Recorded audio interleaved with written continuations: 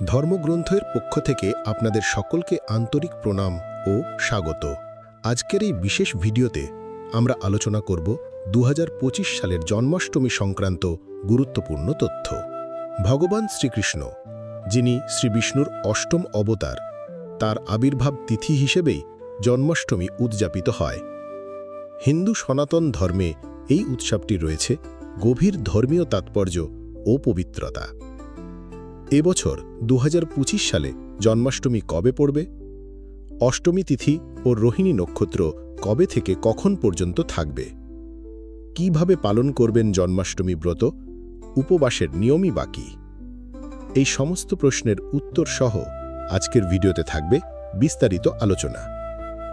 আজকের এই ভিডিওতে আমরা বিস্তারিতভাবে জানব জন্মাষ্টমী পালনের সময় কি কি খাওয়া যায় আর কি কি খাওয়া নিষেধ।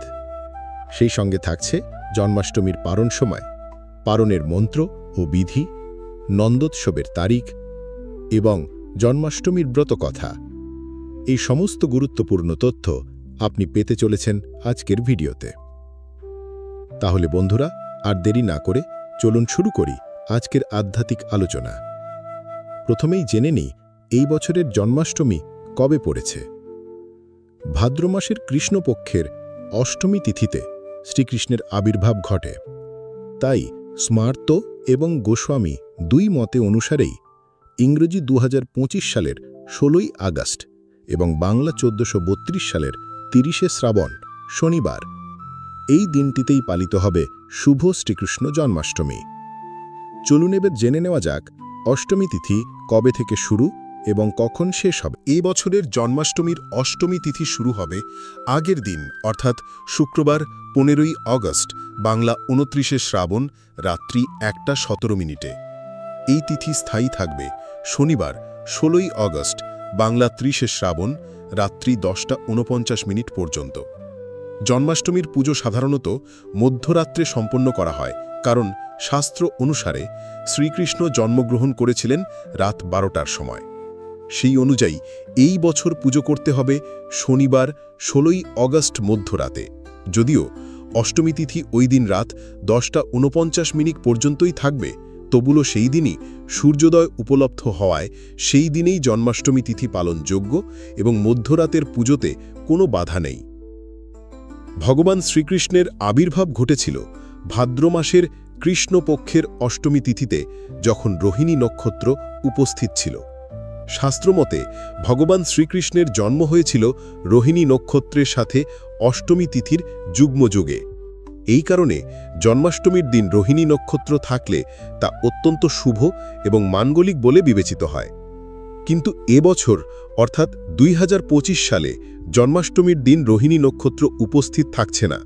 রোহিণী নক্ষত্রের সময়কাল শুরু হবে নবমী তিথিতে, অর্থাৎ 17ই আগস্ট রবিবার সকাল 6:45 থেকে। তবে চিন্তার কিছু নেই, রোহিণী নক্ষত্র না থাকলেও জন্মাষ্টমীর পুজো সম্পূর্ণভাবে বিধিসম্মত এবং ফলপ্রসূ। শ্রীকৃষ্ণ ভক্তি ও ব্রতের মাহাত্ম্য তাতেই পূর্ণ হয়।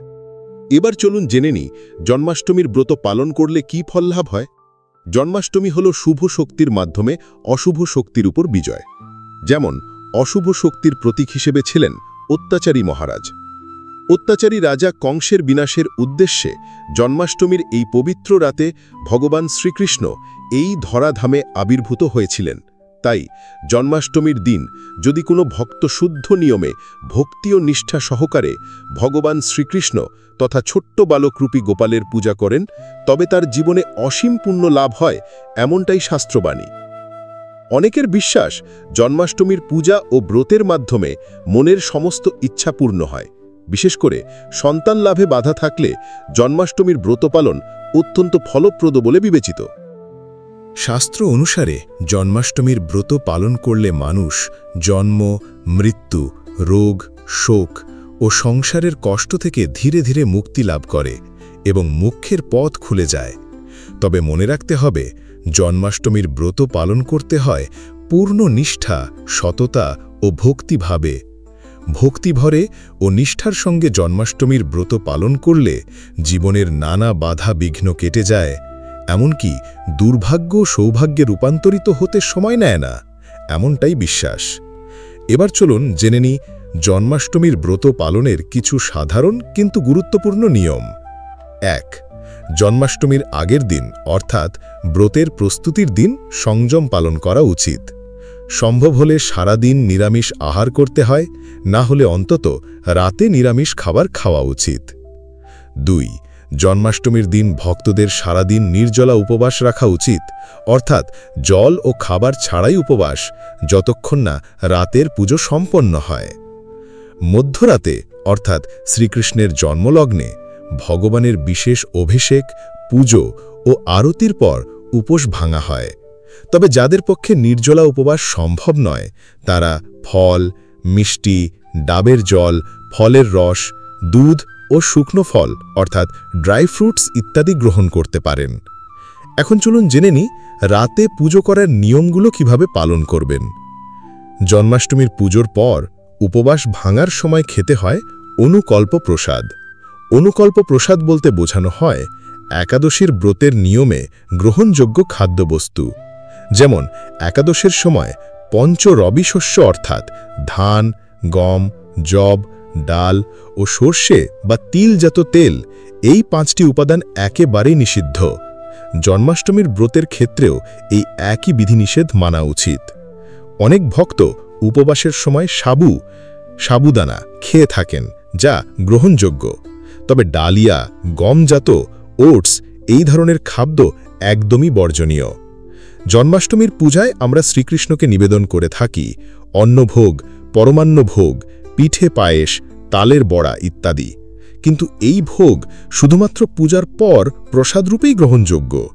উপবাস ভাঙা যাবে শুধুমাত্র সেই অনুকল্প প্রসাদ খেয়ে, যা ব্রতের নিয়ম অনুযায়ী অনুমোদিত। জন্মাষ্টমীর দিন পঞ্চরভ্যিশস্য যেমন নিষিদ্ধ, তেমনি নারকেলও খাওয়া নিষেধ। তবে মনে রাখতে হবে, নারকেলের তৈরি নানা ভোগ যেমন নারকেল নাড়ু, নারকেলের তক্তি, নারকেল পিঠে ইত্যাদি, এসব ভগবান শ্রীকৃষ্ণকে ভোগ হিসেবে নিবেদন করা যায়। তবে এসব ভোগ জন্মাষ্টমীর দিন খাওয়া যাবে না। পরের দিন পারণ করার সময় এগুলি প্রসাদ রূপে গ্রহণ করা যাবে। এবার আসা যাক জন্মাষ্টমীর পারণের প্রসঙ্গে।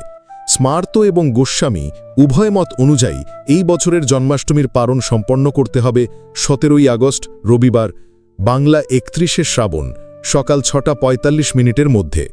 পারণ সাধারণত সূর্যোদয়ের পরে করা হয়ে থাকে, আর সেই নিয়ম মেনেই এই সময়সীমার মধ্যে উপবাস ভেঙে প্রসাদ গ্রহণ করতে হবে। এখন সংক্ষেপে জেনে নিই কিভাবে করতে হবে জন্মাষ্টমীর পারণ। এবার আপনাদের সঙ্গে শেয়ার করছি জন্মাষ্টমীর পারণ কিভাবে সম্পন্ন করবেন সেই সংক্ষিপ্ত বিধি। যেদিন পারণ করা হবে অর্থাৎ জন্মাষ্টমীর পরের দিন সকালে প্রথমে স্নান সেরে শুচি হয়ে পারণের নির্ধারিত সময়ের মধ্যে শ্রীকৃষ্ণের পুজো করতে হবে। পুজোর পর পাঠ করতে হয় পারণ আরম্ভ মন্ত্র। এই মন্ত্রটি হল সর্বায় সর্বেশ্বরায় সর্বপথ সর্বসংভবায় গোবিন্দায় নমো নমঃ। এই মন্ত্র উচ্চারণ করে পারণ শুরু করা উচিত। পারণের বিজয় শ্রীকৃষ্ণকে অনেকে অন্নভোগ বা পরমান্ন ভোগ যেমন পায়েস নিবেদন করে থাকেন। আবার অনেকেই জন্মাষ্টমীর ব্রতে নিষিদ্ধ যেসব উপকরণ পঞ্চরভ্যিশস্য তা দিয়ে প্রস্তুত খাবার যেমন দই চিড়া, দই, খই, লুচি, সুজি ইত্যাদি ভোগ হিসেবে নিবেদন করেন। এই সব ভোগ নিবেদনের পরেই পারণ সম্পন্ন হয় এবং উপবাস ভেঙে প্রসাদ গ্রহণ করা যায়। পারণের পুজো শেষ হলে শ্রীকৃষ্ণকে নিবেদন করা সেই ভোগকে প্রসাদ রূপে গ্রহণ করে উপবাসকে পূর্ণরূপে সমাপ্ত করা হয়। এরপর পারণান্ত মন্ত্র পাঠ করা হয়, যা হল ভূতায় ভূতেশ্বরায় ভূতপতয়ে ভূত সম্ভবায় গোবিন্দায় নমো নমঃ। অনেকে জন্মাষ্টমীর পূজায় শ্রীকৃষ্ণকে যে অন্নভোগ বা পরমান্ন কিংবা তালের বড়া পিঠে অর্থাৎ পঞ্চরভি-শস্যের মধ্যে যে কোনো একটি বা দুটি দিয়ে তৈরি ভোগ নিবেদন করেন, সেগুলো পারণের পুজোর পরে প্রসাদ হিসেবে গ্রহণ করে উপবাস সমাপ্ত করেন। জন্মাষ্টমীর পরের দিন পালিত হয় নন্দোৎসব। নন্দোৎসব অর্থাৎ শ্রীকৃষ্ণের জন্মের পরের দিন। তার পালনকর্তা পিতা নন্দবাবু মহারাজ নিজের গৃহে সন্তান আগমনের আনন্দে পুরো গোকুলবাসীকে নিয়ে উৎসবে মেতে উঠেছিলেন। সেই উপলক্ষে তারা আয়োজন করতেন মিষ্টি এবং নানা ধরনের বিশেষ ব্যঞ্জনের ভোজ, যা ছিল এক ধরনের ভুরি ভোজ। ভারতবর্ষের বিভিন্ন অঞ্চলে, বিশেষ করে মথুরা এবং বৃন্দাবনে এই নন্দোৎসব অত্যন্ত জাঁকজমক এবং উৎসাহের সঙ্গে পালিত হয়। স্মার্ত ও গোস্বামী মত অনুযায়ী এই বছরের নন্দোৎসব পালিত হবে 17ই আগস্ট রবিবার, বাংলা 31শে শ্রাবণ। পারণ সম্পন্ন করার পরই এই নন্দোৎসব পালন করা বাধ্যতামূলক। বন্ধুরা, এতক্ষণ আমি আপনাদের সঙ্গে শেয়ার করলাম এই বছরের জন্মাষ্টমী কবে পড়েছে, অষ্টমী তিথির সময়কাল, রোহিণী নক্ষত্রের সময়কাল, জন্মাষ্টমীর ব্রত পালন করলে কি কি ফল লাভ হয়। আরও বিস্তারিত তথ্য এবং পূজার নিয়মাবলী জানতে থাকুন ধর্মগ্রন্থ চ্যানেলে। এবার চলুন আমি তোমাদের সঙ্গে শেয়ার করছি জন্মাষ্টমীর ব্রত কথা। জন্মাষ্টমীর ব্রত কথা শুরু করছি।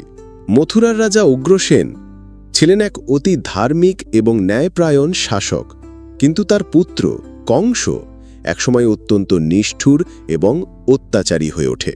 সে জোরপূর্বক নিজের পিতা উগ্রসেনের রাজসিংহাসন দখল করে নেয়।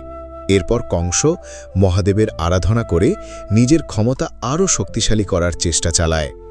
বরপ্রাপ্ত কংসের একমাত্র শর্ত ছিল সে শুধুমাত্র নিজের বোনের অষ্টম গর্ভের সন্তানের হাতেই মারা যাবে, অন্য কারো হাতে তার মৃত্যু হবে না। এই বর পাওয়ার পর কংসের সাহস এবং অত্যাচার আরও বহুগুণ বৃদ্ধি পেল। সে অন্যান্য অসুরদের সঙ্গে মিলিত হয়ে ঘোষণা দিল, রাজ্যে কেউ হরিনাম অর্থাৎ ভগবানের নাম জপ করতে পারবে না। যে হরিনাম করবে তার রক্ষা নেই। তারপর কংস তার বোন দেবকী এবং তার স্বামী বসুদেবকে কারাগারে বন্দী করে রাখল, কারণ সে জানত তার মৃত্যু হবে দেবকীর অষ্টম গর্ভের সন্তানের হাতে। দেবকী কারাগারে থেকে 7টি সন্তান প্রসব করল। কংস প্রত্যেক সন্তানের জন্মের পর তাদেরকে কারাগার থেকে তুলে এনে পাথরের ওপর আছড়ে মারা শুরু করল। কংস তাদের সবাইকে নির্মমভাবে পাথরের ওপর আছড়ে মেরে ফেলল। শেষে যখন জানতে পারল দেবকীর অষ্টম গর্ভের সন্তান ধারণ হয়েছে, তখন সে কারাগারের চারপাশে কঠোর পাহারা জোরদার করল।